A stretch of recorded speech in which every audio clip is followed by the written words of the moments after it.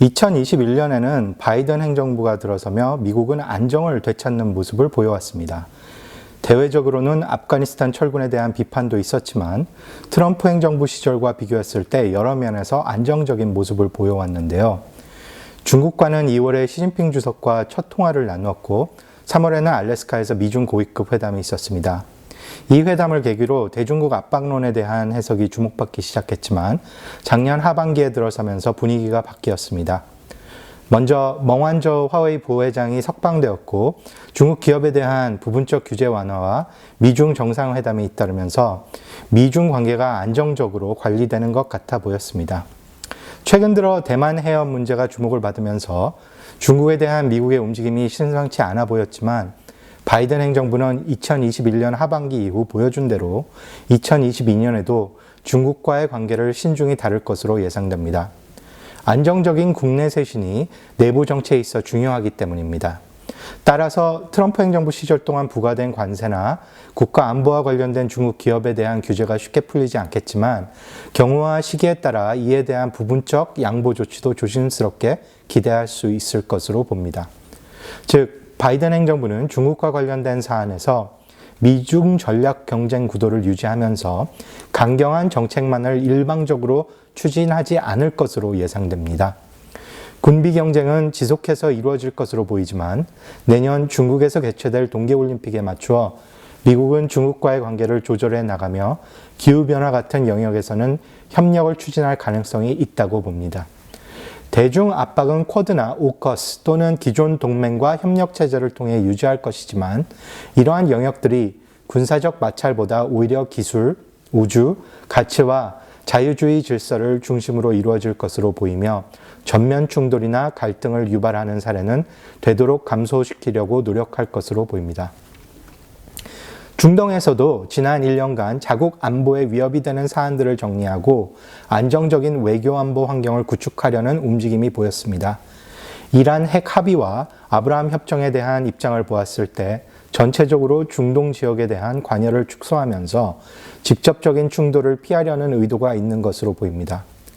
이러한 움직임은 내년에도 지속 연장될 것으로 예상됩니다.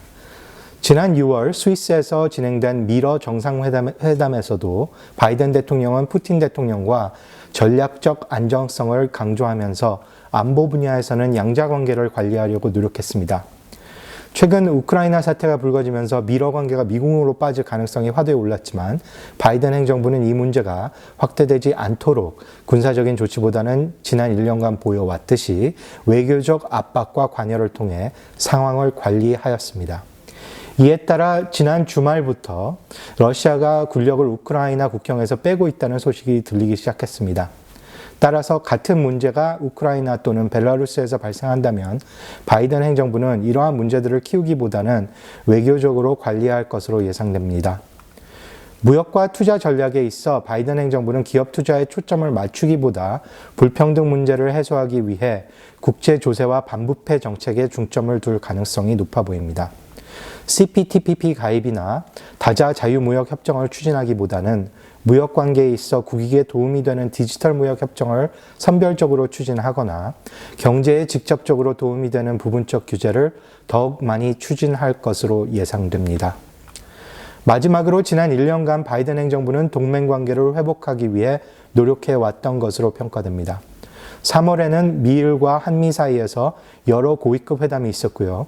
4월과 5월에는 정상회담이 있었습니다. 6월에는 G7과 나토 정상회의가 있었고요. 특히 인상적인 것은 쿼드와 오커스 같은 새로운 파트너십이 가속화되었다는 점입니다. 이러한 움직임을 종합적으로 평가하였을 때 미국은 중국을 견제하기 위해 동맹국들과의 관계를 강화하고 중국과의 갈등이 전면적인 충돌로 이어지지 않도록 양자 관계를 관리하려는 것으로 보입니다. 이러한 배경에는 2022년 중간선거가 있습니다. 민주당이 상하원의 과반을 유지하려면 바이든 행정부는 지난 선거에서 약속한 대로 미국의 재건을 이루고 중산층의 지지를 얻어야만 합니다. 안정적인 외교안보 환경이 이러한 기조와 맞다는 생각이 지배적입니다. 한미 동맹과 한반도에 관한 사안도 이러한 시각에서 바라볼 필요가 있습니다. 지난 5월 한미 정상회담에서 거론된 내용을 살펴보면 바이든 행정부는 한국이 중국과 관련된 문제나 팬데믹 또는 기후변화 같은 글로벌 위협, 그리고 신기술 개발과 공급망에 대한 도전에 있어 더욱 적극적 참여를 기대하고 있습니다. 즉, 한미 관계는 한국이 이러한 사안들에 있어 얼마나 적극적인지에 따라 큰 영향을 받게 될 것이고 한국의 위치도 결정될 것으로 예상됩니다. 또한 미국이 한미일 3국 안보 협력을 실현시키는 것을 기대하고 있기 때문에 한국도 이에 부합하는 외교 정책을 자체적으로 추진할 필요가 있다고 봅니다. 북한 문제에 있어 바이든 행정부는 압박보다 외교적 접근 방식을 선호하지만 시간이 갈수록 상황이 나아지기는커녕 악화될 가능성이 있다고 봅니다.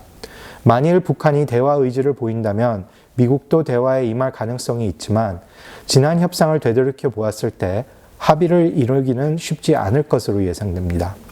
만약 대화를 거부하고 도발을 한다면 바이든 행정부는 한반도에서 안정적인 안보 환경을 유지하기 위해 외교적 노력에 힘을 기울일 것으로 보입니다. 북한이 군사 도발을 한다면 강경한 입장으로 선회하고 제재와 군사적 대비 태세를 강화할 수 있지만 이 경우에도 직접적인 군사 충돌은 피할 것으로 예상됩니다.